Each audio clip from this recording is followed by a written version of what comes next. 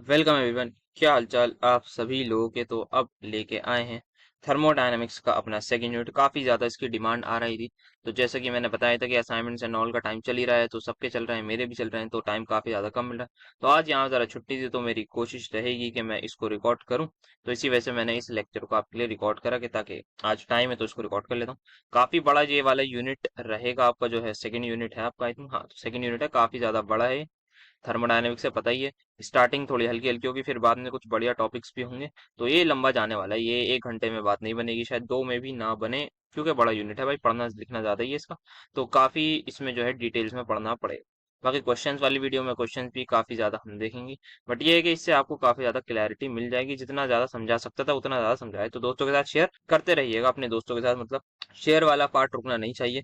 ज्यादा से ज्यादा पढ़ाई लिखाई करिए, ज्यादा से ज्यादा शेयर करिए। और चलिए फिर स्टार्ट करते हैं आज का हमारा लेक्चर। तो पहला टॉपिक जो हमारे सिलेबस में दिया हुआ है दैट इज वर्क और हीट है। हमारे हीट और वर्क के कंसेप्ट के बारे में हमें बात करनी है। तो सबसे पहले कुछ नहीं होता, वर्क इट इज सिंपल। हमारे पास होता है मोड ऑफ एनर्जी ट्रांसफर। अगर हमें एनर्जी को ट्रांसफर करना है तो हम कहते हैं सिस्टम पर वर्क कर दीजिए, या सिस्टम जो है वो कुछ वर्क कर रहा है। दो भी बातें बोली हैं दोनों, अभी थोड़ी देर में समझ में आएंगी क्या बोली है। तो हमें जो यहाँ पर बात करनी है इन थर्मोडायनेमिक्स, वो हम बात करते हैं बेसिकली पीवी वर्क। हमारा वर्क कैसा होता है, पीवी टाइप वर्क होता है। एक और होता है बेसिकली नॉन पीवी वर्क, वो इलेक्ट्रिकल वर्क होता है, उसकी बात नहीं करनी। दैट इज सिंपली और मैकेनिकल वर्क भी हम इसको बोल सकते हैं। दैट इज सिंपली थर्मोडायनेमिक्स में हम बात करनी है। अब वर्क जब हमारे पास होता है, हमें दो केसेस में पढ़ना है। एक हमारे पास होता है एक्सपेंशन का केस, एक होता है हमारे पास कंप्रेशन। अब एक्सपेंशन का मतलब कोई मुझसे ना पूछे कि सर इसका मतलब क्या होता है। एक्सपेंशन का मतलब एक्सपैंड होना, मतलब वॉल्यूम क्या हुई है, इंक्रीज हुई है। तो यहाँ पे हमारे पास क्या हो रही है, इंक्रीज इन वॉल्यूम। दूसरा क्या है, कंप्रेशन, ये क्या होगा, डिक्रीज इन वॉल्यूम। इतनी सिंपल सी बात समझ में आ गई हमें, ये हमें पढ़ना है। उससे पहले हम बात करते हैं सबसे पहले sign convention for work done. कि हम जब वर्क डन की बात करते हैं तो हम साइन कन्वेंशन किस तरीके से देते हैं। तो ये मेरा एक सिस्टम है, इसमें होगा कुछ समझ, थोड़ा अच्छा सिस्टम बना हुआ है, खराब लग रहा है जस्ट। हाँ, तो यहाँ पे अब मैं ड्रॉ करने जा रहा हूँ, ये मैंने सिस्टम बनाया, इसके ऊपर मैं रख रहा हूँ एक पिस्टन। ठीक है, अब यहाँ पर क्या होगा, सबसे पहले हमारे पास दो केसेस होते हैं, एक work done by the system, एक work done on the system. यहाँ पर ये सिस्टम है, मतलब गैस वगैरह होगी कुछ। मुझे बताइए, अगर गैसेस यहाँ पे टकराने लगेंगी, ज्यादा टकराएंगी, तो क्या ये पिस्टन ऊपर जाएगा। हाँ सर, अगर आपने कोई एक्सटर्नल प्रेशर वगैरह अप्लाई नहीं कर रखा है, बहुत ज्यादा फोर्स नहीं लगा रहा है आप, तो यस ये ऊपर जाएगा। तो वर्क कौन कर रहा है, सर यहाँ पे गैस मॉलिक्यूल्स कर रहे हैं, मतलब क्या हो रहा है, work done by the system.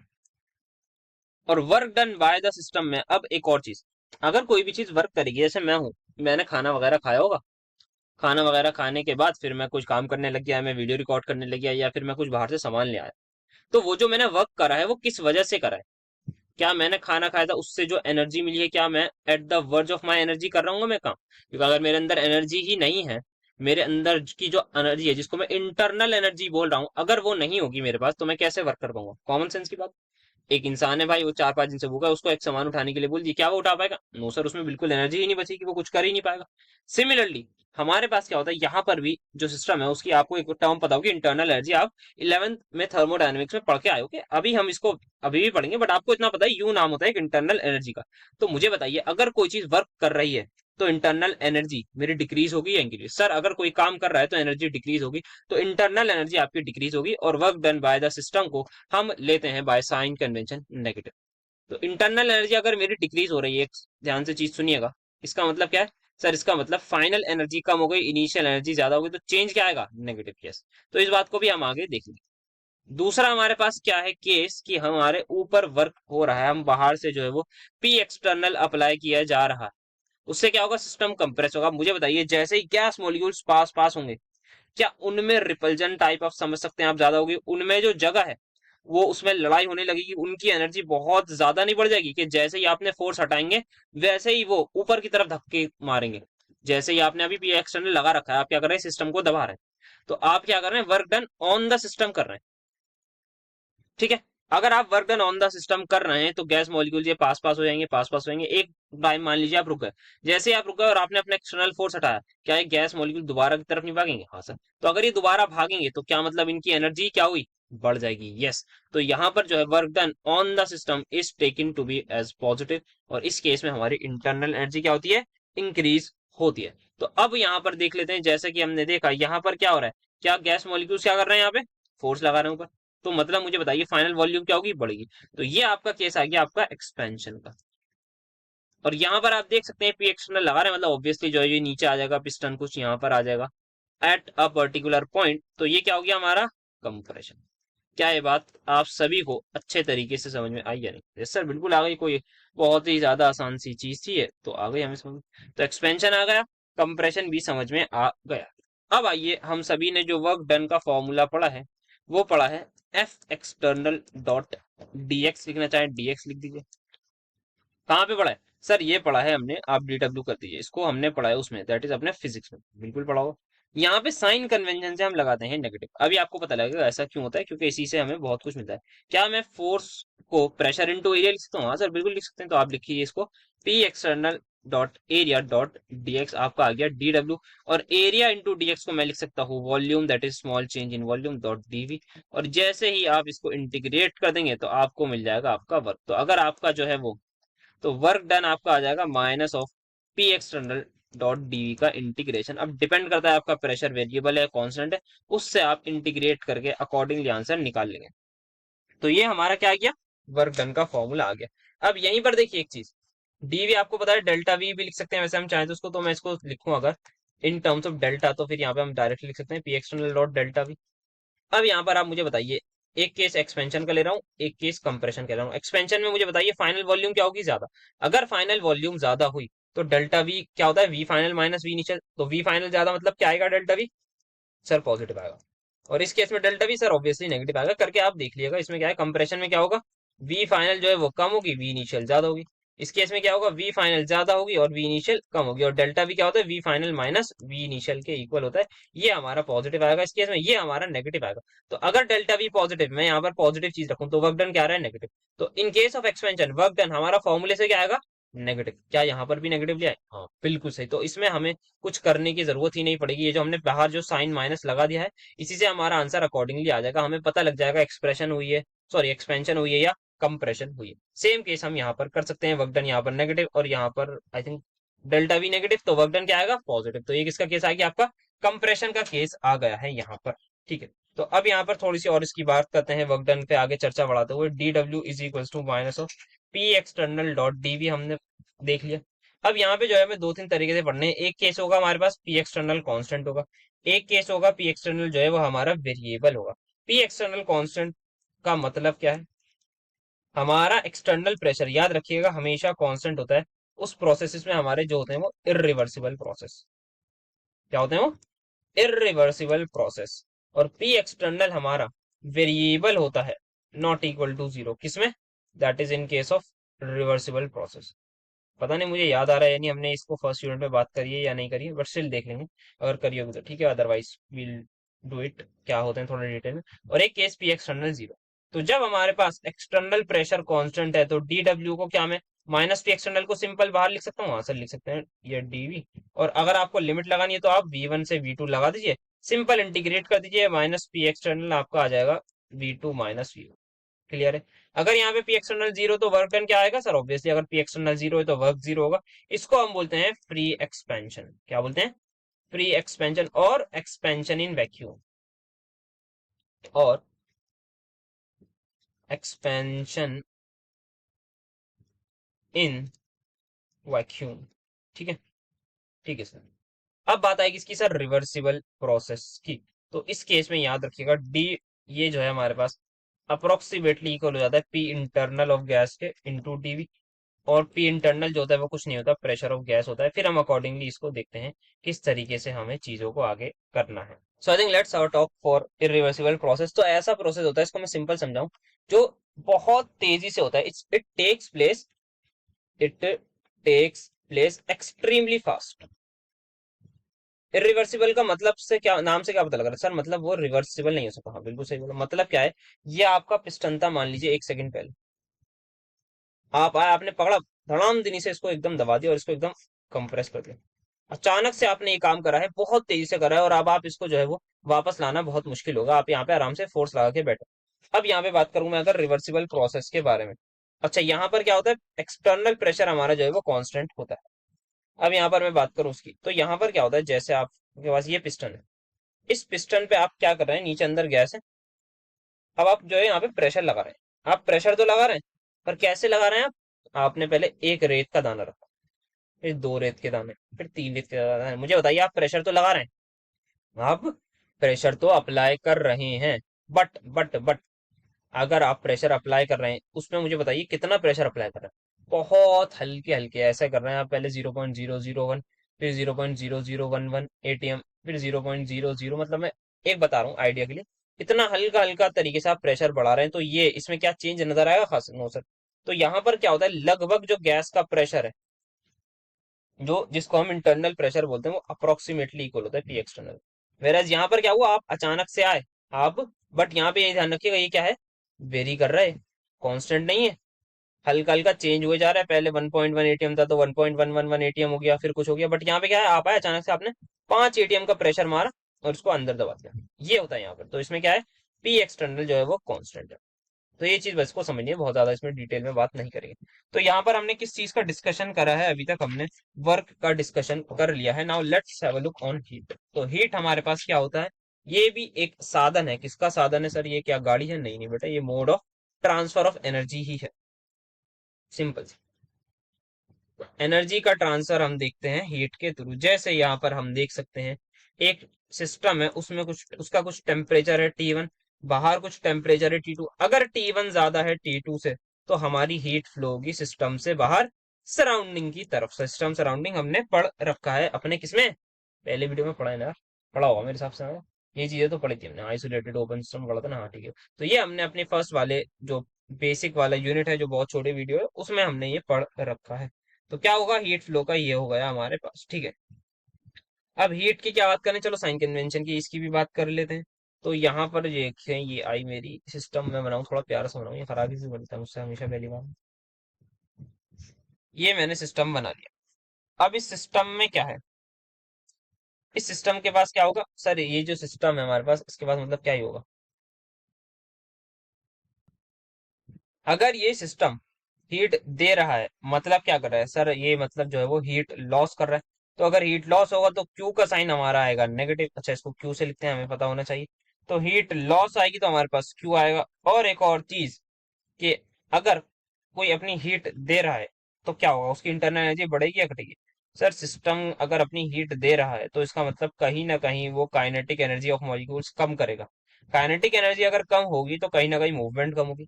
अगर मूवमेंट कम हुई तो उसका मतलब उसकी एनर्जी ठंडी हो रही है। कैसी एनर्जी? Internal energy. तो यू आपकी डिक्रीज होती है जब आप क्यू को लॉस करते हैं। क्या ये बात आप सभी को अच्छे से समझ में आई? हाँ सर, आ गई, बहुत आसान सी बात थी। सेकेंड चीज, Q is equals to positive कब होगा, जब ऑब्वियसली हीट हमारे पास जो है वो क्या हो जाएगी, गेन हो जाएगी। सिस्टम को हमने गर्म कर दिया, तो इस केस में क्या होगा, यू भी हमारा जो है वो इंक्रीज हो जाएगा। तो ये हमारी छोटी सी एक दो चीजें थी जो हमने देखनी थी।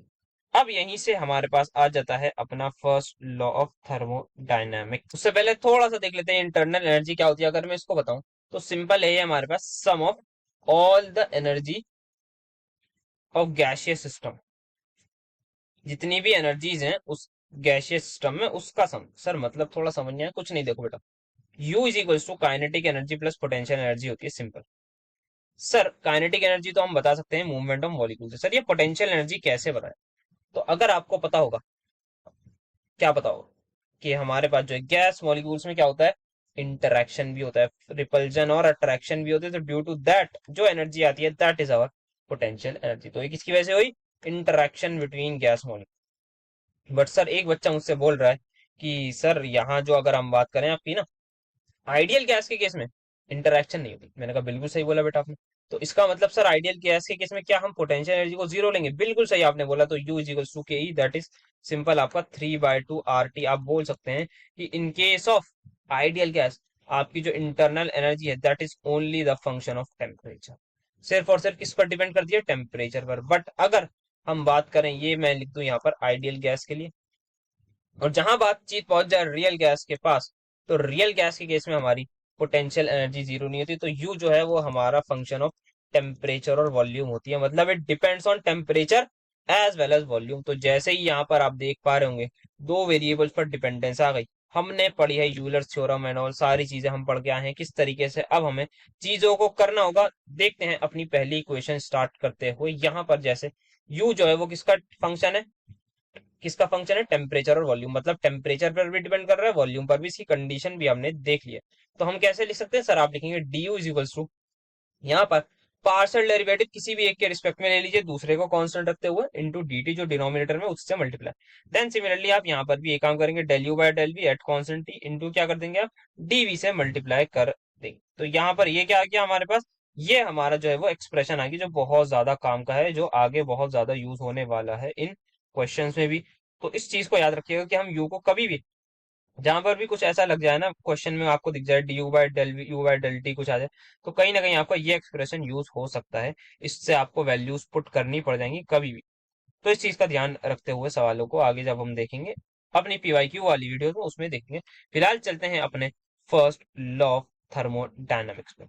तो फर्स्ट लॉ ऑफ थर्मोडायनेमिक्स कुछ नहीं है, law of conservation of energy है। LC is law of conservation of energy के energy can neither be created nor be destroyed. और हम सभी ने एक और चीज देख रही है, this is our cyclic integral. तो साइक्लिक इंटीग्रल किसी भी क्वांटिटी का जीरो कब होता है सर, साइक्लिक इंटीग्रल किसी भी क्वांटिटी का जीरो तब होता है, हमने पढ़ा है यूलर थ्योरम में, कि तब वो क्या हो, स्टेट फंक्शन हो, स्टेट ही ना। हाँ, तो क्या यहाँ पर अब आगे पढ़ते हैं क्या लिखा है यहाँ पे, केएल कपूर का एक कटआउट है।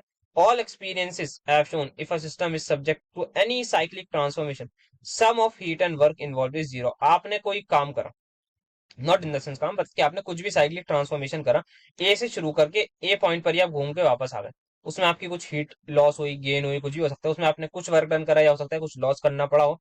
आपने जो जो भी कुछ करा है, आप जब उसका सम निकालेंगे, इसका हीट का, वर्क का, वो जीरो आएगा।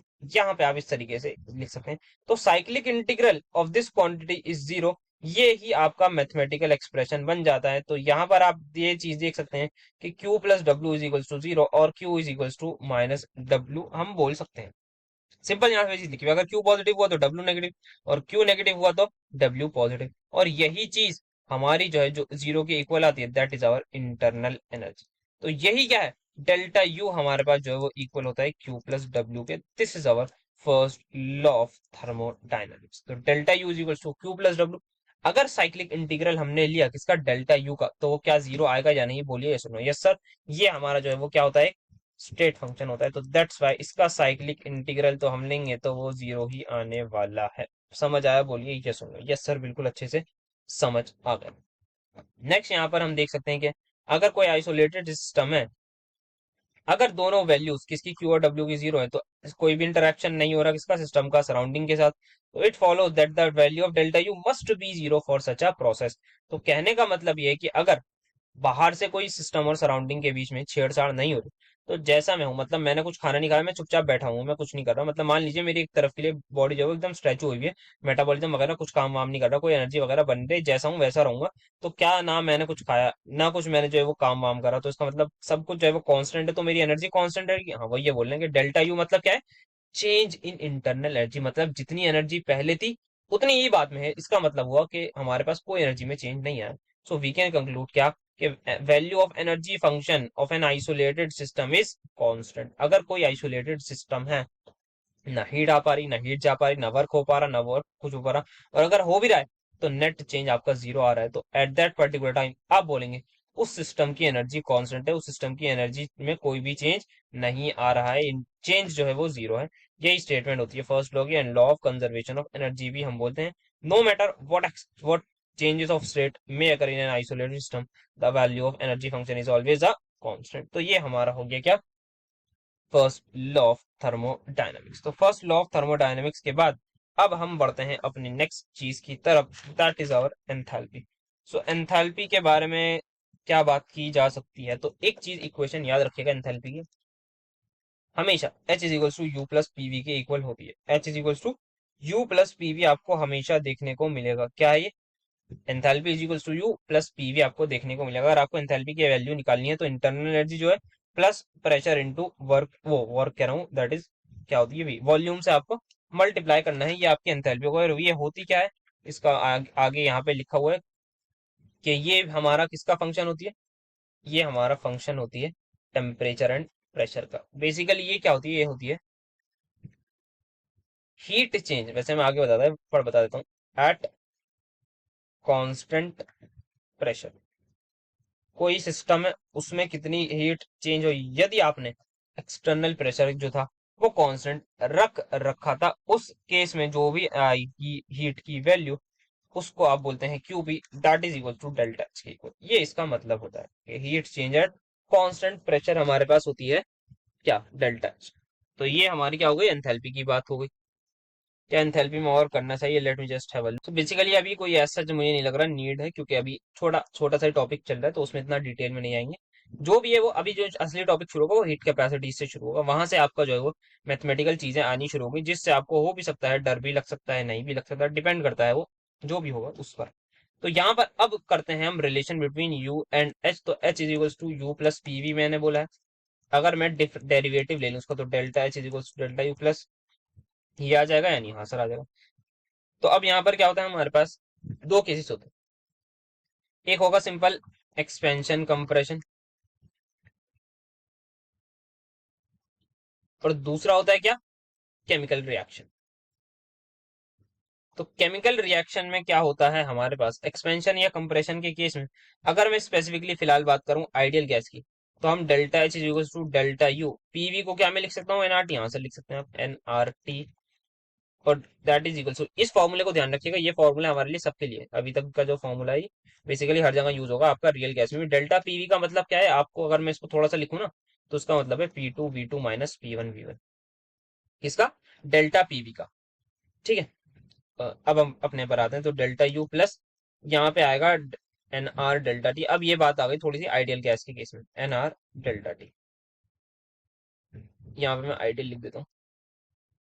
और अगर केमिकल रिएक्शन में हमारे पास आए, तो delta H is equal to delta U plus delta ngRT के चेंज इन गैसियस मोल। ये भी आप कह सकते हैं कि ये हमारी ये बात है उसकी, दैट इज आइडियल के केस में। तो ये थोड़ी सी बेसिक बेसिक चीजें आपने पढ़ भी रखी होंगी, वैसे ही वाली इक्वेशन जो है 11th में पढ़ रखी है आपने, कोई ऐसा कोई नई चीज नहीं पढ़ा रहा मैं।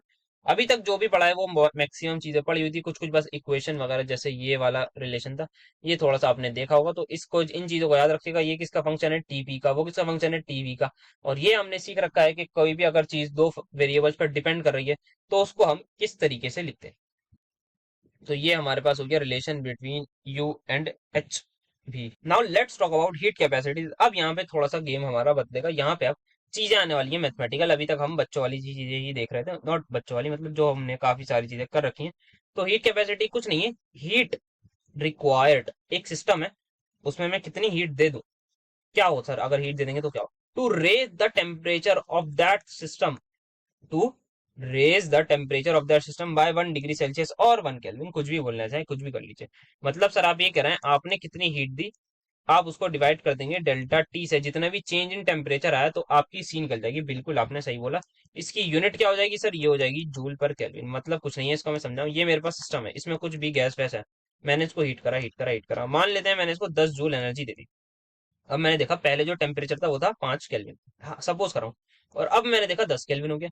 बट मुझे ये पता लगाना है कि यार अगर ये 5 डिग्री सेल्सियस 5 केल्विन टेम्परेचर तो बढ़ गया, 5 केल्विन या डिग्री सेल्सियस दे दिया, अभी आप लोग कभी कंफ्यूज हो, वैसे चेंज जो होता है ना, डिग्री सेल्सियस हो या केल्विन हो दोनों में सेम होता है चेंज, चेंज इन टेम्परेचर। अगर ये 5 केल्विन हो, 5 डिग्री सेल्सियस को आप केल्विन में करेंगे, 10 को केल्विन में करेंगे, चेंज निकालेंगे तो सेम आएगा, तो 10 और 10 - 5 आएगा। तो यहाँ पर क्या देख रहा हूँ मैं, ये देख रहा हूँ कि यार मैंने जो है 10 जूल हीट दी, और कितना डिग्री टेम्परेचर बढ़ गया, 5 डिग्री बढ़ गया। मुझे ये पता लगाना है कि जैसे मैंने 5 डिग्री सेल्सियस मेरा टेम्परेचर बढ़ा कितनी हीट देने पर, 10 जूल, तो मेरा जो है 1 डिग्री सेल्सियस टेम्परेचर जो है कितनी हीट देने पर बढ़ा होगा, तो आप कहेंगे सिंपल यूनिटरी मेथड 5, तो आपका वैल्यू आ गई 2। तो इसका मतलब यहाँ पे जो सी की value that is heat capacity वो आ गई 2 जूल पर केल्विन। मतलब आपको जो है अगर 1 डिग्री टेम्परेचर बढ़ाना है, मतलब 5 डिग्री से 6 डिग्री सेल्सियस जाना है, तो आपको 2 जूल हीट देनी है, सिंपल सी बात है। समझ में आ गई हीट कैपेसिटी, कोई इसमें कोई परेशानी तो नहीं, नो सर। अब हीट कैपेसिटी जो है ये हमारी क्या है, एक्सटेंसिव होगी इंटेंसिव, सर अलग ही पता लग रहा है, ये हमारी जो है वो होने वाली है एक्सटेंसिव। क्योंकि अगर मेरे पास कुछ अमाउंट है गैस का, मान लें 10 ग्राम, तो उसकी अगर मैं हीट दूंगा तो कम कब तक पहुंचेगी सारे मॉलिक्यूल्स पर, सर 10 मॉलिक्यूल्स को हीट देनी है, मतलब मुझे तो मुझे कम हीट देनी पड़ेगी। सर कम कैसे करें, क्योंकि मैं दूसरा एग्जांपल ले रहा हूँ कि एक सिस्टम है मेरे पास, 10 मॉलिक्यूल्स का, एक सिस्टम में 20 मॉलिक्यूल्स का, 10 के 10 मॉलिक्यूल को हीट देनी है, 20 के 20 मॉलिक्यूल को हीट देनी है। सबका टेम्परेचर 1-1 डिग्री से अगर राइज हो जाए तो काम बन जाए, तो हमारी हीट कैपेसिटी होगी। तो इस केस में मुझे ज्यादा देनी होगी, तो this is my extensive property. तो ये हमारी एक्सटेंसिव है। तो अगर हमें इसको बनाना है इंटेंसिव, तो वहां पर हम यूज करते हैं एक अच्छी चीज, दैट इज बेसिकली या तो पर ग्राम के लिए यूज करते हैं कि हमारे पास जितना भी अमाउंट है, अगर हम सिर्फ और सिर्फ पर ग्राम की बात करें या पर मोल की बात करें, तब यहाँ पे गेम चेंज हो जाता है, क्योंकि ये बन जाती है at that particular time specific heat capacity. इसका मतलब यह है कि मेरे पास एक सिस्टम है, मेरे पास एक सिस्टम है, उस उसका कितना भी मान लो सिस्टम है, मान लो 50 ग्राम है, 100 ग्राम है, पर मुझे जो मतलब है ना, वो सिर्फ और सिर्फ मतलब है इस सिस्टम के 1 ग्राम से।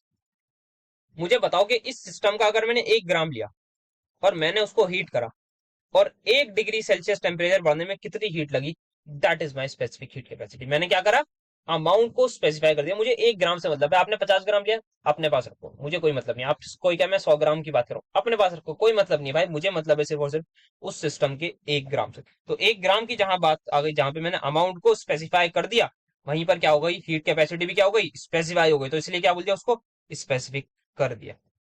सेकंड चीज, पर मोल, मतलब अब मेरे पास आप कोई क्या, मैं 50 मोल सिस्टम में लिया है, भाई ले आओ, मुझे काम किससे, 1 मोल से।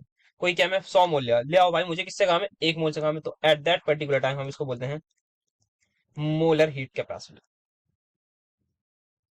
अच्छा, अब यहाँ पर अगर मैं देखूं, तो ये होती है, इसको डिनोट करते हैं एस से, और ये इक्वल होती है सी अपॉन एम, या फिर आप लिख सकते हैं Q upon delta T into M, value put करके ऊपर से।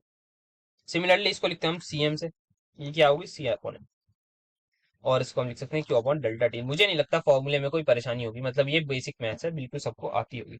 तो यहाँ पर ये हमने थोड़ी सी बेसिक चीज दी। अब इसको थोड़ा सा अगर हम देखें, तो हमें एक इक्वेशन पता है कि delta U is equal to Q plus W होता है। तो क्या मैं लिख सकता हूँ, D U is equal to d Q plus d W. हाँ सर बिल्कुल लिख सकते, क्यों नहीं लिख सकते। मुझे बताइए, क्या हमें पता है वर्क डन का फॉर्मूला जो है वो ये होता है, माइनस पी डी वी। हाँ सर बिल्कुल, ये भी पता है हमें, तो अच्छी बात है, ये पता है। तो अब जरा क्या करिए, अभी यहाँ पर मैं आपके लिए बात कर रहा हूँ कि प्रेशर जो है वो कांस्टेंट है। क्या है, प्रेशर जो है वो कांस्टेंट है। सर अच्छा, आपने कहा है कि प्रेशर कांस्टेंट है, ठीक है सर, अच्छी बात है। अब ध्यान से सुनिए, कोई भी चीज हो, मान लीजिए मैं डिफ्रेंसिएशन कर रहा हूँ 5x की, तो मैं इसको बेसिकली ऐसे लिखता हूँ ना, 5dx। हाँ सर आप ऐसे लिखेंगे, वरना आप पूरा चाहें तो डी बाई डी एक्स लिख सकते हैं, तो वैसा कर सकते हैं। तो अगर कोई भी चीज कांस्टेंट होती है तो हम उसको बाहर ले आते हैं ना, हाँ सर बिल्कुल ले आते हैं। सेम चीज यहाँ पर, क्या प्रेशर कांस्टेंट है, क्या मैं उसको बाहर लेके आ चुका हूँ, हाँ सर आप लेके आ चुके हैं। तो यहाँ पर देखिए, अब यहाँ पर अच्छा मैं थोड़ा सा इसको घुमाऊं, तो डी क्यू लिख रहा हूँ मैं यहाँ पे, d Q is equal to D U plus D P V. क्या मैं इसको लिख सकता हूँ, यानी अगर मुझे पता है प्रेशर मेरा कांस्टेंट है, तो मैं इसको पीडीवी भी तो लिख सकता हूँ। हाँ सर बिल्कुल लिख सकते हैं। तो बस मैंने यही करा है, यहाँ पर प्रेशर को अंदर लिख दिया, मतलब कोई ऐसी इसमें परेशानी की बात तो नहीं होगी। हाँ सर नहीं होगी। अब हमें ये भी पता है कि अगर हमें किसी चीज का डिफरेंशिएशन कर रहे हैं और वो ऐड हो रहा है, तो हम उसको ऐसे लिख सकते हैं। हाँ सर बिल्कुल पता है कि जैसे डिफरेंशिएशन हम कर रहे हैं 5x प्लस एक्स स्क्वायर का, तो हम इंडिविजुअल करेंगे पहले 5x का, फिर किसका करेंगे, एक्स स्क्वायर का। सिमिलरली यहाँ पर भी ये करें। हाँ, अब मुझे बताइए, यहाँ पर क्या करा था मैंने, p is equal to constant लिया था। हाँ, और U प्लस पीवी किसके इक्वल होता है, सर ये आपका इक्वल होता है H के। तो एंथैल्पी हमारी इक्वल आ गई इसके। तो आप यहाँ पे अब इसको चाहें तो इंटीग्रेट कर दें, तो आपको डेल्टा H इक्वल मिल जाएगा किसके, Q के। और कब, एट कांस्टेंट प्रेशर। क्या ये बात समझ में आई, यानी ये सर आ गई। दूसरी चीज, यहाँ पे d U is equal to again ले रहा हूं मैं d Q plus, basically d Q minus P d V. अब क्या करिए, d Q is equal to D U plus P d V हो जाएगा। अब मैं कह रहा हूं मेरी वॉल्यूम अगर कांस्टेंट है, सर अगर वॉल्यूम कांस्टेंट है ना आपकी, तो डीवी की वैल्यू 0 है। बिल्कुल सही बोला बेटा आपने। तो क्या मैं सिंपली बोल सकता हूँ D U equal to d Q. हाँ सर ये भी बोल सकते हैं। अगर मैं इसको इंटीग्रेट कर दूं, तो मेरे पास क्यू इक्वल आ जाएगा डेल्टा यू के, और ये क्यू कौन सी है, एट कांस्टेंट। तो इस तरीके से हम ये भी कर सकते हैं। अब यहाँ पे मैं लाता हूँ जरा स्पेसिफिक हीट कैपेसिटीज को।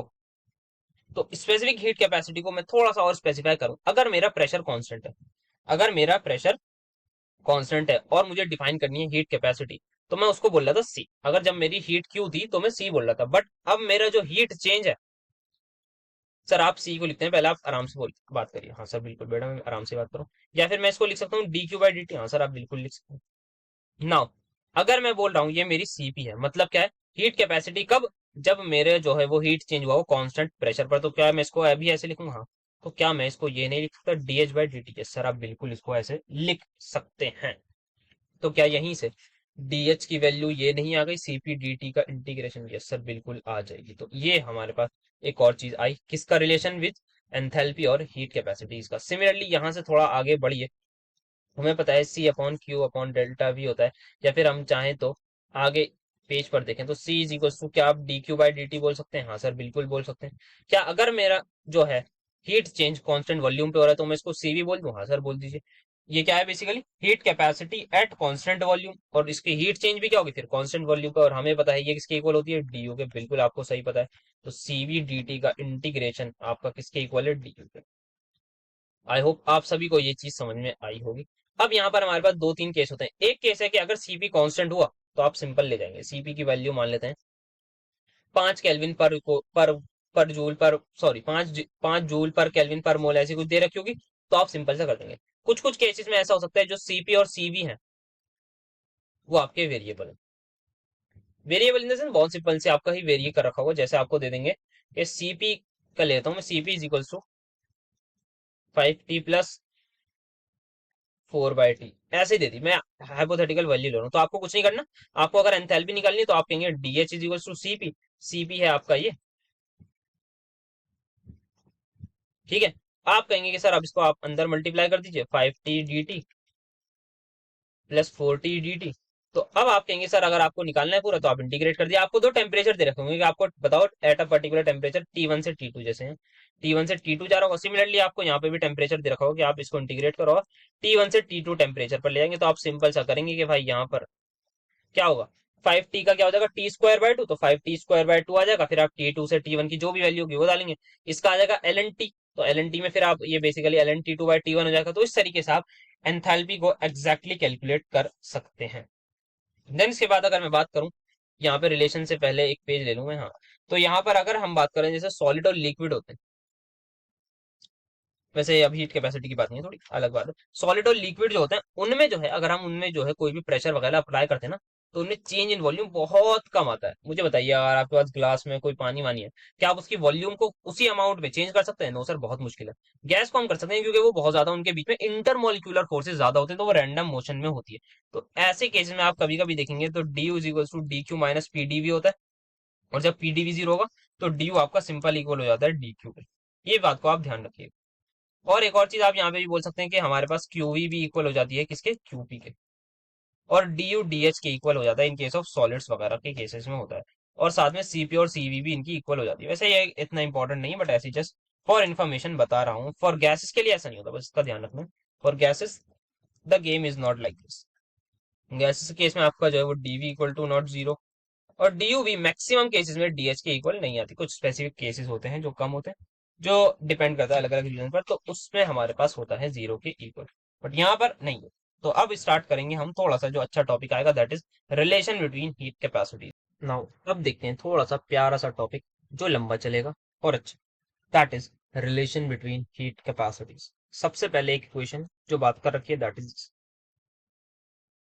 नाउ करिए इसका जरा डेरिवेटिव। तो d H is equal to ये बन जाएगा d U plus D P, क्योंकि अभी हमें नहीं पता है क्या कांस्टेंट क्या वेरिएबल, तो हमें प्रोडक्ट रूल लगाना होगा। दैट इज पी को कांस्टेंट रखा, वी का डेरिवेटिव लिया, प्लस वी को कांस्टेंट रखा, पी का डेरिवेटिव लिया। ठीक है जी, यहाँ तक कोई डाउट किसी को? No sir.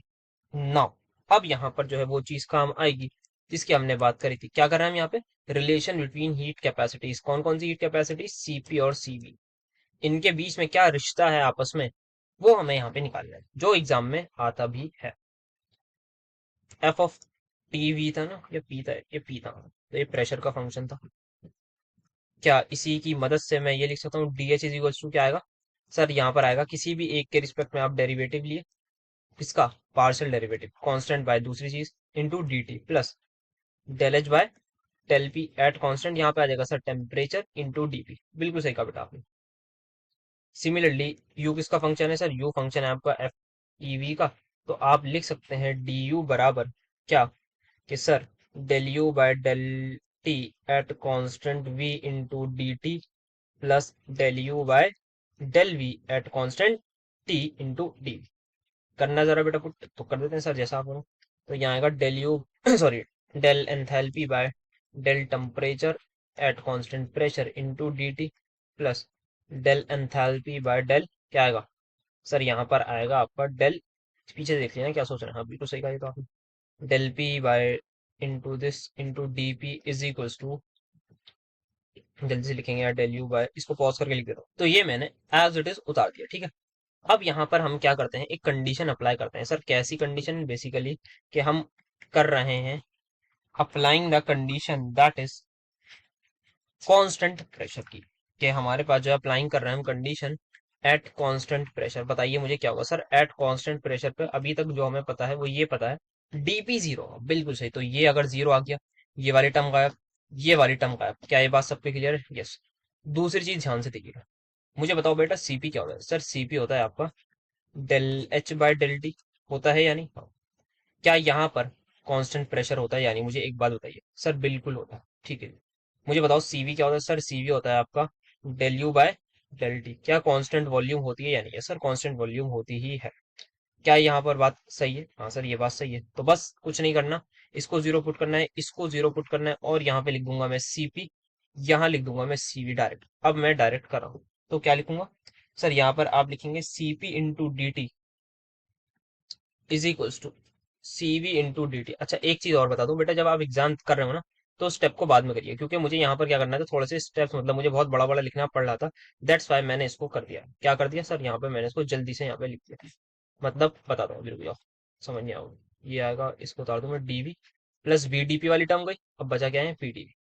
Now what we have to do is, we have to simply divide by dT. Divide करना है किससे, बाय dt से।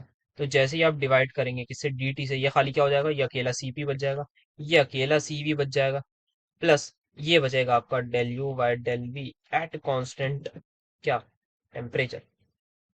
अब यहाँ पे बहुत ध्यान से देखिए, मैंने क्या कंडीशन अप्लाई कर रखी थी कांस्टेंट प्रेशर की, पहले कर रखी थी या नहीं सर, कर रखी थी। तो अगर मैं अब dv को मल्टीप्लाई करूंगा dt से, तो ये बन जाएगा del V by del T at constant pressure, plus pressure को लिखूंगा मैं साथ में, अगेन ये भी बन जाएगा del B by del T at constant pressure. तो this is my somewhat equation for CP and CV के बीच का जो रिलेशन है, वो ये हमारी आंखों के सामने आ चुका है। अब यहां से मैं ये चीज कॉमन ले लूंगा, दैट इज ये del V by del T at constant pressure. अंदर क्या बचा सर, अंदर बचेगा ये del U by del V at constant T plus pressure. क्या ये डेरिवेशन आपको समझ में आई? अभी इसमें थोड़ी सी और आगे बातचीत करनी है, बट इतना बताइए मुझे समझ में आया या नहीं, आगे सबको कोई डाउट? No sir. सर जो आप वो बात बोल रहे थे वो बात बताइए। हाँ बेटा वो बात मैं ये बोल रहा था कि आप क्या करिएगा, सीपी की वैल्यू मैंने कब डाल दी है, एट कांस्टेंट की कंडीशन लगा के डाल दी है। तो आप सबसे पहले क्या करेंगे, कंडीशंस बता रहा हूँ मैं, आप सबसे पहले कंडीशन लगाएंगे at constant pressure dP is equal to zero. अगली लाइन में पूरी इक्वेशन दोबारा लिखेंगे। एग्जाम में जो है हमें लेंदी करना होता है, छोटा छोटा नहीं करना होता, एग्जाम में लेंदी करना होता है। यहाँ पे मैं थोड़ा सा टाइम की वजह से बचा रहा था अपना, ताकि वीडियो में भी टाइम बचे। तो यहाँ पे फर्स्ट स्टेप में आप क्या करेंगे, फर्स्ट इक्वेशन डीपी की वैल्यू जीरो करके एज इट इज उतार देंगे। फिर सेकंड आप ये काम करेंगे कि आप dt से डिवाइड करेंगे, सीपी सीवी बाद में करेंगे, और थर्ड आप जो है वो सीपी और सीवी की वैल्यूज तब डालेंगे कि आप लिखेंगे सीपी इक्वल टू, तो पहले यहाँ पे जो है ये जो आया है ना, यहाँ पे आप पूरा लिख रखा होगा आपने, del H by del T at constant P. फिर यहाँ पे आप क्या लिखेंगे, यहाँ पर आपका लिखा होगा del H by del T at constant P, फिर यहाँ पे del U by del T at constant V, ये सब पूरा लिखा होगा। फिर आप बोलेंगे कि ये सीपी है, ये सीपी है, और फिर आप यहाँ पे ऐसे लिखेंगे, ठीक है। नो, क्या ये चीज नजर आ रही है, del U by del V at constant T? हाँ सर आ रही है, del U by del V at constant T. अभी हमने नहीं पढ़ा है सेकंड यूनिट, इसके बाद वाला जो यूनिट है that is second law of thermodynamics. उसमें आती है एक चीज जिसको हम बोलते हैं थर्मोडायनेमिक इक्वेशन ऑफ स्टेट। उस इक्वेशन ऑफ स्टेट का हम यहाँ पे यूज कर रहे हैं। सर ये कैसे आई, आप क्या नहीं बताएंगे? बिल्कुल बताएंगे, पर अगले यूनिट में आपका इंतजार थोड़ा सा करिए। अभी के लिए आप इसको याद कर लिए, और आप वैसे खुद इसको डेरिवेशन वगैरह हम करेंगे कि हमारे पास del U by del V at constant T equal होता है temperature into del P by del T at constant V minus P. ये क्या है हमारे पास, ये है हमारे पास thermodynamic equation of state. Thermodynamic equation of state है, कैसे आई उस यूनिट में बात करेंगे। अब यहाँ पे यूज करना है तो बेटा मुझे कराना पड़ेगा ना, मतलब वरना मैं सीपी को आगे आधा दूरा थोड़ी छोड़ूंगा। हाँ सर ये बात भी सही। तो यहाँ पर मैं पुट करने जा रहा हूँ इसकी वैल्यू, तो सीपी किसके इक्वल हो गई, सीवी प्लस ये del V by del T at constant P will remain as it is. और यहाँ पे आप क्या लिख देंगे, अब उसकी जगह मैं लिखूंगा del P by del T at constant V minus of pressure plus pressure, और पी ये इससे ये कैंसिल। आपकी जो फाइनल इक्वेशन बनी वो ये आपकी आंखों के सामने बन जाएगी, दिस। क्या ये इक्वेशन आप सभी को बेहतरीन तरीके से समझ में आई क्या नहीं, बोलिए ये सुन। यस सर, बहुत अच्छे तरीके से ये इक्वेशन समझ में आ गई है, ठीक है। आइए इसमें थोड़ा मॉडिफाई कर लें तो अच्छा लगेगा आपको भी। अच्छा, अब यहाँ पर हम क्या करेंगे, ये सीपी आप लोग, हम्म, हम्म, ठीक है। तो सीपी आ गया हमारे पास ये। अब यहाँ पर इसमें से एक आध मॉडिफिकेशन भी और आती है, तो आप यहाँ पे क्या करिए, सीपी माइनस सीवी लिख दीजिए।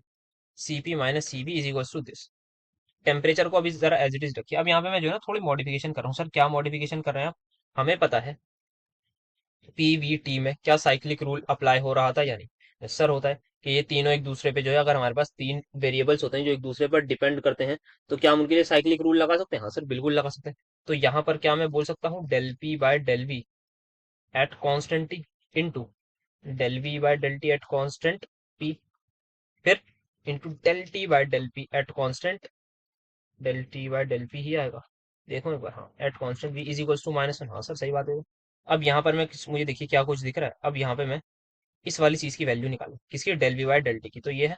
तो इसको मैं ऐसे ही रखूंगा, del V by del T at constant P is equals to -1 upon क्या आ रहा है ये आ रहा है आपका डेल पी। ये दोनों चीजें नीचे लेंगे ना डिवाइड में, इतनी मैथ सभी को आती होगी आई होप। हाँ सर बिल्कुल आती है, क्यों नहीं आती होगी, ठीक है। अब इसके बाद आप क्या करेंगे, इसका मैं ले लूंगा रेसिप्रोकल, और जैसे ये रेसिप्रोकल लूंगा तो ऊपर बन जाएगा क्या, del V by del P, और ये बन जाएगा del P by del P. तो यहाँ पर इसके जब रेसिप्रोकल करने के बाद मेरे पास वैल्यू आएगी, वो आएगी minus del V by del P at constant T into del P by del T at constant.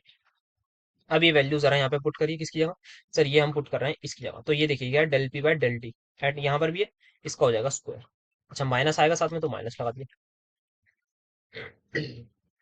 इसका स्क्वायर, साथ में ये टर्म मल्टीप्लाई में आ जाएगी। आई होप आप सभी को ये चीज समझ में आई होगी। एक और तरीका दिखाऊं। अभी हमने क्या इसका निकाला है, एक हम इसके लिए भी लगा सकते हैं। सर ये कैसे, पी बाई टी तो कहीं है ही नहीं, देखेंगे आप कहाँ यार नहीं है। तो अगर बहुत ध्यान से सुनिएगा, हमने क्या बोला था साइक्लिक रूल के लिए कि तीन जो है बेसिकली जो डिपेंडेंट वेरिएबल्स होते हैं हमारे पास, उनके लिए हम साइक्लिक रूल को देखते हैं कि साइक्लिक रूल लग रहा है या नहीं। बेसिकली तीन वेरिएबल्स को कनेक्ट करते हैं, तीन डिपेंडेंट वेरिएबल्स को, पीवीटी एक दूसरे पे डिपेंड करते हैं, हाँ। क्या मैं ये बोल सकता हूँ कि प्रेशर टेम्परेचर वॉल्यूम भी तो एक दूसरे पे डिपेंड करते होंगे? बस मैंने आगे पीछे करा है ऑर्डर को। तो यहाँ से आपको एक और रूल मिलेगा, दैट इज आप क्या करेंगे, यहाँ पे del P by del T निकालेंगे एट कांस्टेंट बी। देन आप उसको क्या निकालेंगे, देखिए आप यहाँ पे इसके अब into del T by del B हो जाएगा एट कांस्टेंट पी, फिर इंटू हो जाएगा डेल, क्या बचा, V by del P at constant T is equals to -1। यहाँ से आप इसकी वैल्यू निकाल के पीछे वाली इक्वेशन में पुट कर देगा, तो आप देखेंगे इस बार इसका स्क्वायर हो जाएगा और एक और टर्म आएगी, तो आप यहाँ पे एक और रिलेशन निकाल सकते हैं एज एन। क्या ये बात आप सभी को समझ आई? यस सर, बिल्कुल अच्छे तरीके से आ गई। आई होप कोई इसमें कमी पेशी नहीं रही होगी कि ये कैसे आया, क्यों आया, ये सारे डाउट्स आपके क्लियर हो गए होंगे। तो सीपी और सीवी में ये बेहतरीन रिलेशन से हमारे जो एग्जाम के पॉइंट ऑफ व्यू से बहुत ज्यादा इंपॉर्टेंट है, आने का चांसेस है, पीवाईक्यूज में भी आई थिंक आए हुए हैं, तो इसको हमें हमेशा के लिए ध्यान रखना है। तो अगर आप चाहें तो जरा आइडियल गैस के लिए ये निकाल लीजिए, क्या करें, जरा del V by del T निकालिए आइडियल गैस के लिए।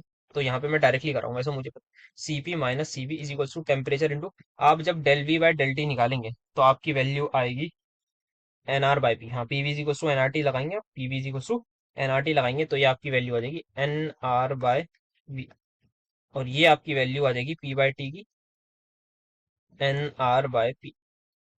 तो ये किसके इक्वल हो जाएगा, पीवी को आप लिख सकते हैं फिर एनआरटी, एनआरटी से एनआरटी कैंसिल, ये आपके लिए इक्वल हो जाएगा एनआर के।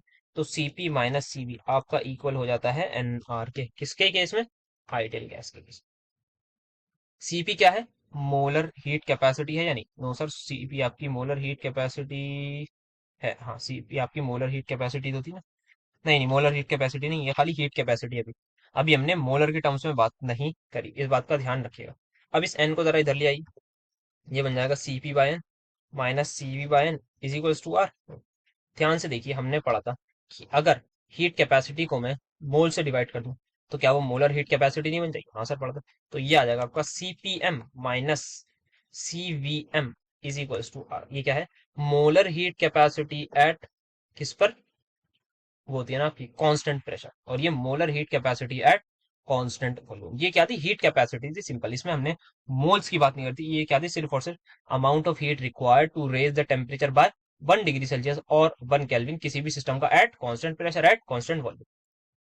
एक चीज हो गई। दूसरी चीज जरा देखिए, अब हम जरा इसको स्पेसिफाई कर देते हैं, that is in terms of specific heat capacity के लिए। तो Cp minus Cv is equal to number of moles को क्या मैं लिख सकता हूँ, molar mass divide by molecular weight. हाँ सर, तो W/m लिख दिया मैंने, इंटू आर। हाँ सर ठीक है, लिख दिया।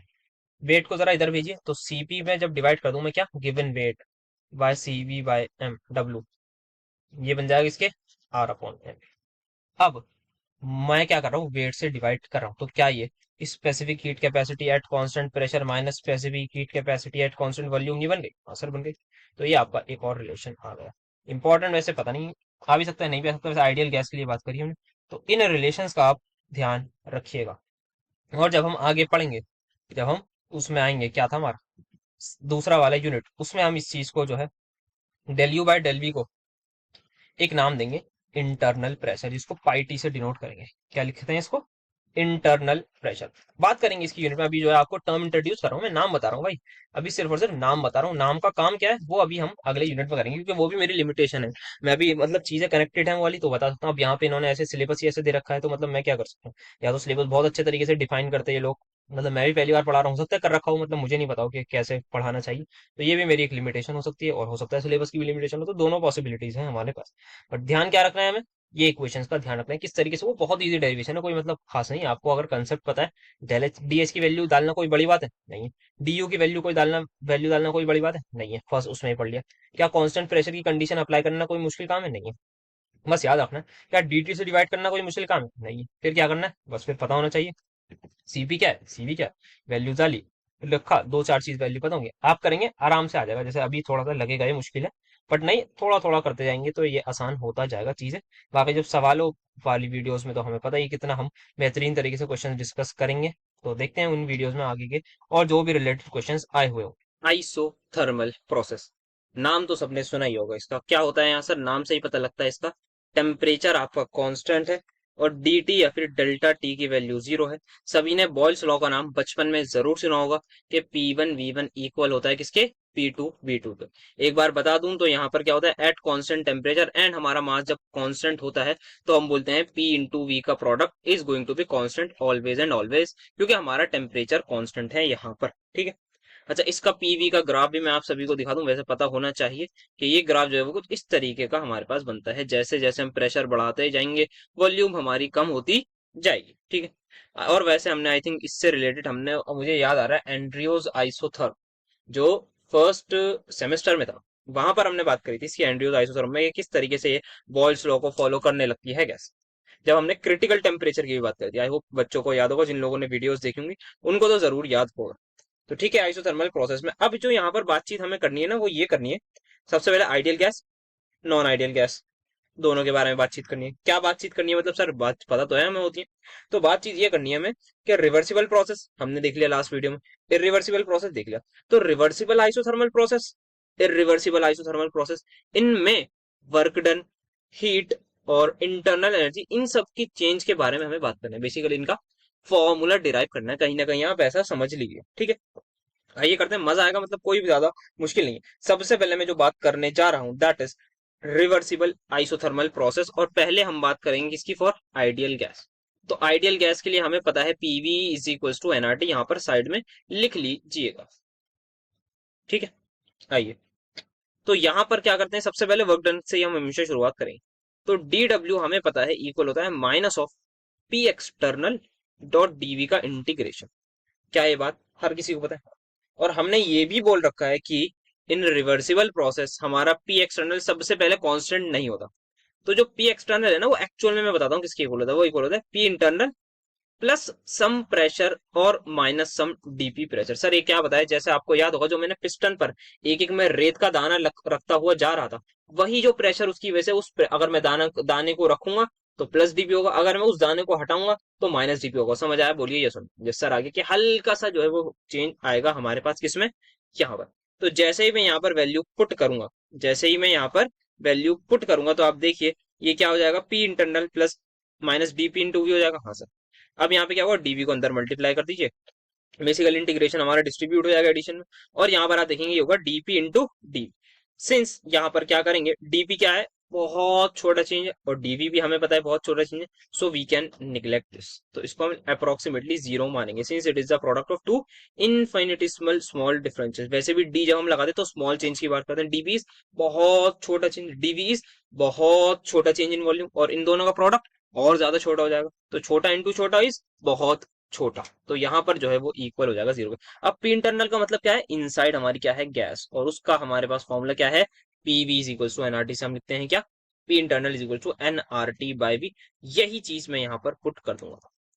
पी एक्सटर्नल की जगह क्या आ जाएगा सर, ये आ जाएगा minus of P internal dot D V का integration, that will be minus of N R T upon V into D V. Limit put कर देते हैं, वॉल्यूम ले लेता हूँ मैं इनिशियल V1 से V2। मुझे बताइए क्या क्या चीजें कांस्टेंट है सर, यहाँ पे जो कांस्टेंट है वो माइनस एन आर टी, सब कुछ कांस्टेंट है, divided by D V upon V, V1 से V2 सभी को पता है। यहाँ पे क्या आएगा इंटीग्रेट करके, और वैसे फॉर्मूला भी आई गेस सभी को याद होता है, एल एन वी आएगा हमारे पास। लिमिट डालेंगे V1 और V2, और जैसे ही मैं लिमिट से पुट करूंगा, मैं साइड में सॉल्व करके दिखा रहा हूँ, बाकी आप डायरेक्ट लिख लेंगे उसमें कि एल एन, ये पहले वॉल्यूम V2 फिर एल एन V1 आ जाएगा, और हमें पता है लॉग ए माइनस लॉग बी इक्वल होता है एल एन बी बाई ए के, या जो भी मैंने बोला है उसके बस डिवाइड में आ जाएगा, पता है प्रॉपर्टी। तो यहाँ पर जो अल्टीमेटली आ जाएगा हमारे पास minus N R T L N V2/V1। I hope ये फॉर्मूला सभी को समझ में आया होगा, बहुत ज्यादा आसान है। और एक और चीज हमने बात करी थी कि इन दिस केस, क्या बात करी थी यार, हाँ ये P1 is equal to P2 V2, तो can I write P1/P2 equal to V2/V1? हाँ सर बिल्कुल बोल सकते हैं आप, बस इधर उधर तो करा है। तो V2/V1 की वैल्यू क्या है, ये P1/P2, तो यहाँ पर मैं इसकी जगह एक और चीज लिखता हूँ कि minus N R T L N P1/P2। हमेशा याद रखिएगा, हमेशा कहाँ की बात हो रही है, रिवर्सिबल आइसोथर्मल। एक्सपेंशन भी हो सकता है, कंप्रेशन भी, वो किस पे डिपेंड करेगा, गैस पर डिपेंड करेगा कि गैस की वॉल्यूम बढ़ी या घटी, तो एक्सपेंशन भी हो सकता है और कंप्रेशन भी। दोनों लोगों में ये फॉर्मूला आएगा, और किस केस में, आइडियल के केस में, आइडियल गैस के केस में दिस इज वेरी इंपॉर्टेंट, ठीक है। तो अब हमने ये बात यहाँ पर कर ली है। आगे चलते हैं, तो रियल गैस के लिए देखते हैं। तो रियल गैस के लिए हमें पता है equation P plus A upon V square, then V minus B is equals to R T होती है। हाँ सर, हमें क्या निकालना है सर, हमें जो है वो प्रेशर की वैल्यू निकाली, इस प्रेशर की वैल्यू निकालनी है। तो प्रेशर हम यही बेसिकली, आप इंटरनल प्रेशर बोलने से इंटरनल प्रेशर बोल दिए, तो ये जो P है ये आपका इक्वल आएगा R T by V minus B लिख दूं, हाँ सर, और ये प्लस का इधर आके हो जाएगा माइनस ए अपॉन बी। तो यहाँ पर मैंने ये लिख दिया। अब इसी को मैं DW में डाल दूंगा, DW is equal to minus of P internal into D V, तो ये आ जाएगा V minus B minus A upon V square. आप चाहे तो नंबर ऑफ मोल्स निकालना चाहे तो एन साथ में ला सकते हैं, वो कोई प्रॉब्लम नहीं है, इंटू डीवी। कहाँ से आना है, V1 से V2 तक। अब आइए यहाँ पर मैं क्या कर रहा हूँ, ब्रैकेट ओपन कर लूँ, हाँ सर ब्रैकेट ओपन कर लीजिए, तो और इंटीग्रेशन को भी मैं डिस्ट्रीब्यूट कर देता हूँ, तो इसके साथ हो जाएगा minus R T upon V minus V dot D V का इंटीग्रेशन V1 से V2, और ये माइनस माइनस क्या हो जाएगा, plus A upon V square dot D V का इंटीग्रेशन, कहाँ से, वही अपना V1 से V2। अब यहाँ पे आप देखेंगे ये है हमारे पास एल एन एक्स माइनस ए, नहीं रुक जाओ, हम जो ये कर रहे हैं dx अपॉन एक्स माइनस ए का जब हम इंटीग्रेशन करते हैं तो वो हमारे पास आता है एल एन एक्स माइनस ए की, ठीक है। बेसिकली यहाँ चलो छोड़ो, इतना ही काफी है अभी इस क्वेश्चन के, तो ज्यादा मैथ्स में नहीं ज्यादा, बाकी आप लोगों को आती होगी मैथ्स। तो क्या है इंटीग्रेशन, वैसे आप मुझे बता देंगे, जो मैं बताना चाहता हूँ यहाँ पे, जैसे अगर मैं बी एक्स लिख दूँ तो डिवाइड में यहाँ पर बी हो जाएगा, ये बताना चाहता हूँ, चलो अब लिख ही दिया, ठीक है। तो यहाँ पर क्या करा है मैंने, हाँ इंटीग्रेट करना है, तो इंटीग्रेट मैं इसको जैसे ही करूंगा तो ये हो जाएगा माइनस बाहर as it is, R T बाहर एज इट इज, किसके इक्वल आ जाएगा, L N V minus B के, या नहीं, यस सर आ जाएगा। और लिमिट्स किसकी डालूं, लिमिट्स आप जो डालेंगे जो आपसे गिवन है, क्या गिवन है, V1 से V2, देन इसके बाद क्या है प्लस। अब इसका क्या करूं इंटीग्रेशन, हमें पता है क्या होगा, वी ये आएगा आपके बेसिकली वी की पावर -2 डॉट डीवी, और हम जब इसका करेंगे तो ये आ जाएगा आपका -2 plus one divide by -2 plus one, आएगा या नहीं आएगा, हाँ सर यही आएगा। आप जब इंटीग्रेट करेंगे तो ये आएगा ना, पता है सबको बचपन के फॉर्मूलाज, ये तो सभी को पता ही होंगे इंटीग्रेशन के। अब ये तो बताऊंगा नहीं बैठ के मैं, तो यहाँ पर क्या आ चुका होगा सर, यहाँ पर आ चुका होगा माइनस का ए तो था ही अपॉन बी हो चुका होगा, और लिमिट्स या फिर माइनस, सर आप ए को बाहर ले लीजिए तो हमें भी अच्छा रहेगा, आपको भी बिल्कुल बेटा ले लेते हैं जैसा आपको, V1 से V2, ठीक है, हाँ सर ठीक है। अब माइनस को चाहे तो आप बाहर ले लीजिए, तो यहाँ पर क्या करते हैं, जरा लिमिट पुट करें, एल एन पहले क्या आएगा sir, V2 minus B minus L N V1 minus B आएगा, यानी बोलिए ये सुनो, यस सर बिल्कुल आएगा। अब इस माइनस को सर आपने बोला था बाहर ले लीजिए, तो बाहर ले लिया जैसा आपको। अब यहाँ पे लिमिट डाली तो उसकी 1/v2 माइनस 1/v1 हो जाएगा या नहीं? हाँ सर हो जाएगा। यहाँ पे लगाएंगे फॉर्मूला तो ये हो जाएगा -RT, देन सर वही लॉग की प्रॉपर्टी जो आपने बताई थी, ln v2 minus B divide by v1 minus B, और ये माइनस का एज इट इज रहेगा। तो ये हमारे पास क्या गया, वर्क डन का फॉर्मूला। किस केस में? वही उसी केस में हमारे पास, दैट इज, ये क्या है, आइडियल गैस नहीं, ये रियल गैस का केस है। तो यहाँ हेडिंग डाल लीजिएगा, ये किस केस में है, रियल गैस के केस में। This is our real gas का केस। ठीक है, ओके सर, ये बात हो गई। अब क्या करना चाहिए? रियल गैस की हमने बात कर ली, ये हो गई। तो अच्छा, एक चीज जो हमने देखी थी, रिवर्सिबल आइसोथर्मल देखा थे, तो DW की बात कर ली। अब मुझे बताइए, आइडियल गैस के केस में delta U is equal to Q plus W होता है या नहीं? In case of ideal gas, D U जो है किसका फंक्शन होता है सर? सिर्फ और सिर्फ टेम्परेचर का फंक्शन होता है। डेल्टा यू हमारे पास इक्वल होता है NCV डेल्टा टी के। अगर डेल्टा टी जीरो तो डेल्टा यू जीरो। तो जीरो इज इक्वल टू क्या मैं बोल सकता हूँ, क्यू प्लस डब्ल्यू? बिल्कुल सर बोल सकते हैं। तो अगर मुझे हीट निकालनी हो तो क्या सिंपल मैं वर्क डन का नेगेटिव कर दूं? यस सर कर दूं। तो इसका मतलब ये जो फॉर्मूला है, अगर मैं इस फॉर्मूले को नेगेटिव कर दूं तो मेरे पास क्या आ जाएगा, हीट का फॉर्मूला। बहुत सिंपल सा। और इंटरनल एनर्जी मेरी क्या है, जीरो है। साथ में एंथैल्पी भी देखा जाए तो वो भी हमारी क्या होगी, जीरो की। बट किस केस में? सिर्फ और सिर्फ आइडियल गैस के केस में, जैसा कि हमने बात करी थी, आपको याद होगा। किसमें? पूरा डी यू हमें पता है ना। अगर मैं इसको ले भी लूँ, D U is a function of temperature and volume, फिर मैं लिखता हूँ D U is equal to del U करके पूरा लिखता हूँ। तो आप जब उसको भी कैलकुलेट करेंगे ना, वो भी आपका जीरो आएगा। आगे कहीं ना कहीं उसकी भी बातचीत हम जरूर कर लेंगे। तो यहाँ पर हमने बात कर ली इसकी। तो अब यहाँ पे जो है डी यू की बात कर रहे हैं, तो अब यहाँ पे देखिएगा, हाँ आपको यहाँ से समझ में आएगा। क्या मैं बोल सकता हूँ, D U is equal to del U by क्या लिखूँ पहले, del T at constant P लिख दूँ? हाँ sir, into D T plus del U by del क्या आएगा, वी एट कांस्टेंट क्या लिखूं मैं, टेम्परेचर इंटू डीवी। यही होता है यानी? हाँ सर यही होता है। अब मुझे जरा एक बात बताइए, ये प्रोसेस कौन सा है सर? ये प्रोसेस है आपका आइसोथर्मल। तो आइसोथर्मल के केस में dt क्या होता है sir, zero. Change in temperature zero, तो ये वाली टर्म क्या होगा, जीरो। तो डी यू किसके इक्वल आएगा सर? डी यू इक्वल आएगा आपका del U by del V at constant T into DV. और थर्मोडाइनमिक इक्वेशन ऑफ स्टेट की इक्वेशन मैंने लिखवाई थी, वो होती है हमारी T into del P by del T at constant V minus P. बोलिए यस नो? हाँ सर। अब यहाँ पे हम ये यूज करेंगे और अपना आगे का सिलसिला जारी रखेंगे। तो यहाँ पर डीवी को अभी ऐसे ही छोड़िए, डी पर आते हैं। अच्छा, वो बात जो कर रहे थे हम कि अगर हम लेते किसका केस, आइडियल गैस का, तो आइडियल गैस के केस में भी अगर मैं डी यू ऐसे निकालने जाता तो सेम यही होता क्या, कि सर यहाँ पर जो है डी टी जीरो आया था। फिर जो है हमारे पास del U by del V at constant T. आप क्या करिए, अगर आपको ट्राई करना है ना, तो आइडियल गैस के केस में PV is equal to NRT लगाइए, और यहाँ से del P by del V volume को कांस्टेंट रखते हुए निकालिए। फिर आप कैलकुलेट करेंगे तो ये टर्म आपकी आइडियल गैस के केस में जीरो आएगी। आइडियल, अभी हमें आइडियल की बात नहीं करनी, रियल की। आइडियल में वैसे हमें दूसरी भी चीज पता है कि डेल्टा टी से भी हम जा सकते हैं। तो यहाँ पे दोनों तरीके से हम आइडियल गैस गैस के केस में भी जा सकते हैं। एक तरीका ये कि आप यहाँ पे इसकी वैल्यू निकालेंगे। इसकी वैल्यू कैसे निकालेंगे, थर्मोडायनेमिक इक्वेशन ऑफ स्टेट से।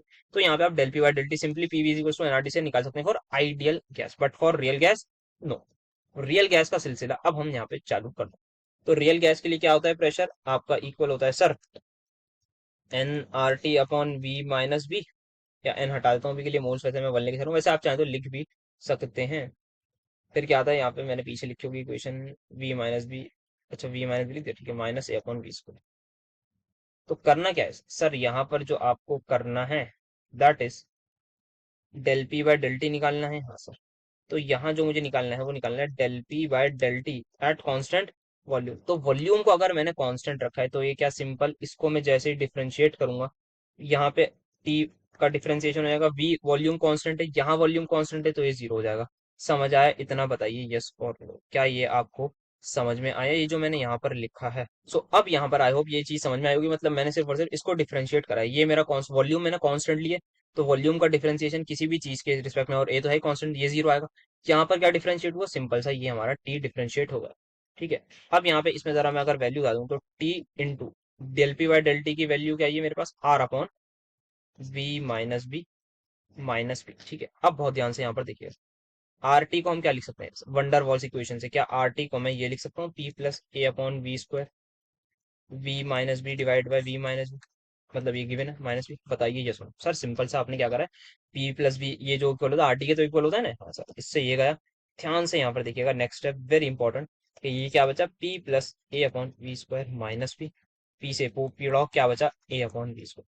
तो del U by del V at constant T आपका वंडरवॉल गैस के लिए क्या आता है, ए अपॉन वी स्क्वायर। तो ये हमारे पास बेसिकली इंटरनल प्रेशर को भी हम बोलते हैं। अगर आप यहाँ पर मोल्स लेके चलते हैं, हर जगह मोल्स लेके चलते हैं ना, तो यहाँ एन बी होता है, यहाँ एन बी होता है, यहाँ एन ए स्क्वायर होता है, बस ये N A upon V square होता है, बस इतना फर्क आता है यहाँ पर। तो हमने मोल्स वन ले लिए थे ताकि थोड़ी सिंपल कैलकुलेशन हो। तो अब यहाँ पे डी यू की वैल्यू जरा निकालें, तो डी यू आपका इक्वल आ रहा है A upon V square dot D V का इंटीग्रेशन कहाँ से सर, वही वी वन से वी टू तक। इसका इंटीग्रेट करूंगा तो डेल्टा यू मेरे पास इक्वल हो जाएगा, सिंपल सा मैं डायरेक्टली लिख रहा हूँ अब यहाँ पर। ये इक्वल होगा माइनस ए को मैं बाहर ले लेता हूँ, वन अपॉन वी के वी वन से वी टू, और one upon V one minus V two हो जाएगा। तो यहाँ पर one upon V two minus V one होगा, तो मैं माइनस का साइन एडजस्ट करके ये लिख देता हूँ। तो ये हमने यहाँ पर अभी तक चीज देख ली है। सो माइनस का साइन अंदर एडजस्ट करा, ए अपॉन वी टू। ओके, कुछ गलत तो नहीं हुआ, एक बार मुझे जस्ट देखने दो, वन अपॉन वी टू। ठीक है, हाँ आई थिंक सब कुछ ठीक ही है, माइनस माइनस आएगा, हाँ ठीक है। तो डेल्टा यू यहाँ से निकालिए। अब एक काम यहाँ पर करिए, क्या आपको पता है delta U is equal to Q plus W होता है, हाँ सर पता है। तो डेल्टा यू यहाँ पर क्या है सर, डेल्टा यू आपका आया है A upon one V one minus one upon V two, बिल्कुल है। अब यहाँ पे दूसरी चीज देखिए, डेल्टा हम क्या निकालना है, अब यहाँ से हीट निकालेंगे ना, हीट, हाँ हीट हमें पता नहीं।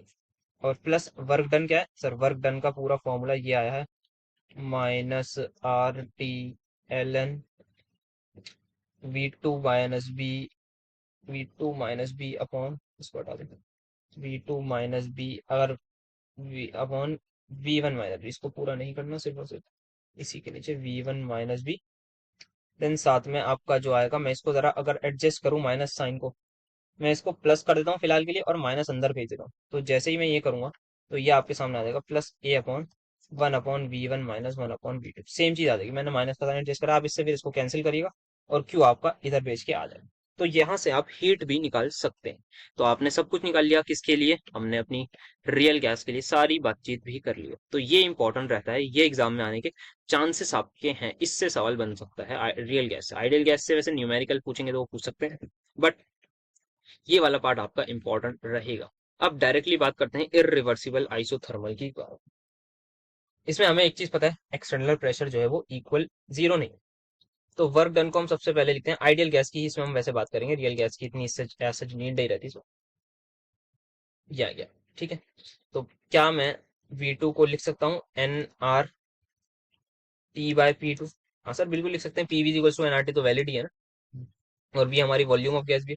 तो यहाँ टी, अच्छा आइसोथर्मल है तो टी कांस्टेंट, हाँ सर टी कांस्टेंट, ये बात बिल्कुल सही है आप, और मोल्स तो हम लेंगे कांस्टेंट, ये भी हमारा कांस्टेंट रहेगा। एक बात को ध्यान रखिएगा, एक्सटर्नल प्रेशर क्या होगा, मेरी बात ध्यान से सुनिए, गैस का कुछ प्रेशर है अंदर, मैंने आपसे बोला एक्सटर्नल प्रेशर जो है वो 10 एटीएम। अगर बहुत ध्यान से सुनिएगा, गैस का प्रेशर आपका हुआ कितना एटीएम लो, गैस का प्रेशर अगर हुआ 5 एटीएम मान लेते हैं, तो क्या गैस ऊपर की तरफ जा पाएगी, नहीं सर, क्योंकि एक्सटर्नल प्रेशर ज्यादा है, तो गैस जो है वो एक्सपेंड नहीं कर पाएगी। तो यहाँ पे इस चीज का थोड़ा सा हमें ध्यान रखना होता है। और अगर पी एक्सटर्नल हमें गिवन ना हो, अगर पी एक्सटर्नल हमें गिवन ना हो, तो हम उसको फाइनल प्रेशर के ही अपना इक्वल लेते हैं। तो if P external is not given,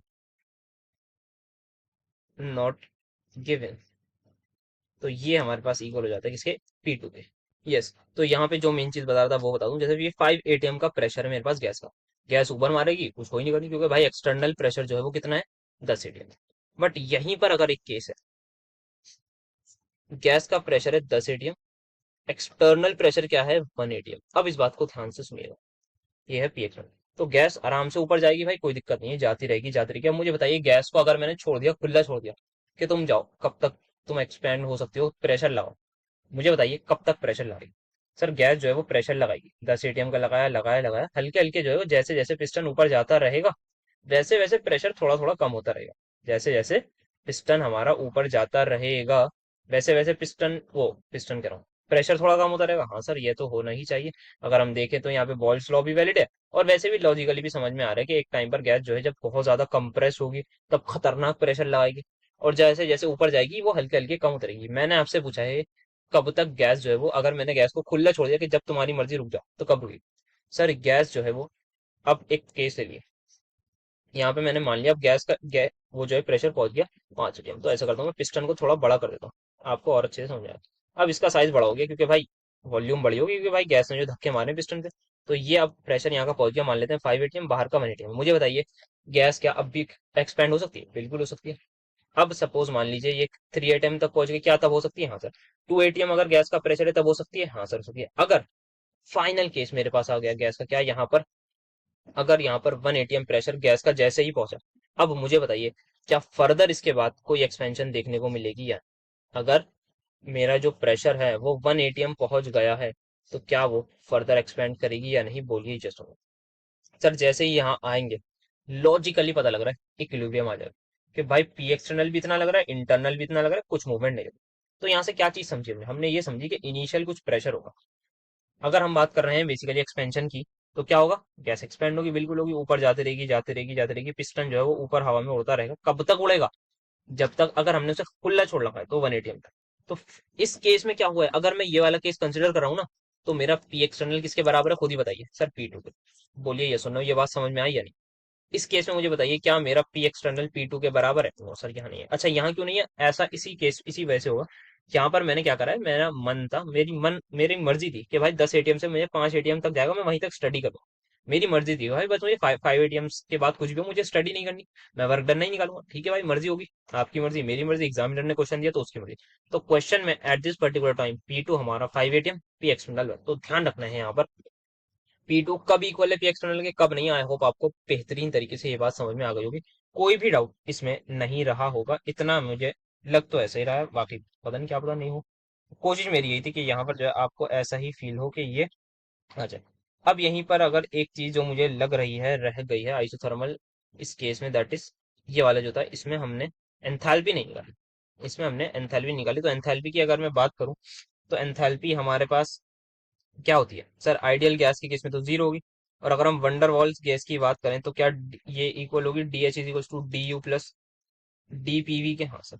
तो बस वही है, यहाँ पर आपको डी डेल्टा यू की वैल्यू लिख दिएगा, डेल्टा एच, और साथ में ये आपका आ जाएगा delta P V, that is simple P two V two, P2 V2 minus P1 V1 लिख दीजिए। ये आपकी एंथैल्पी आता है।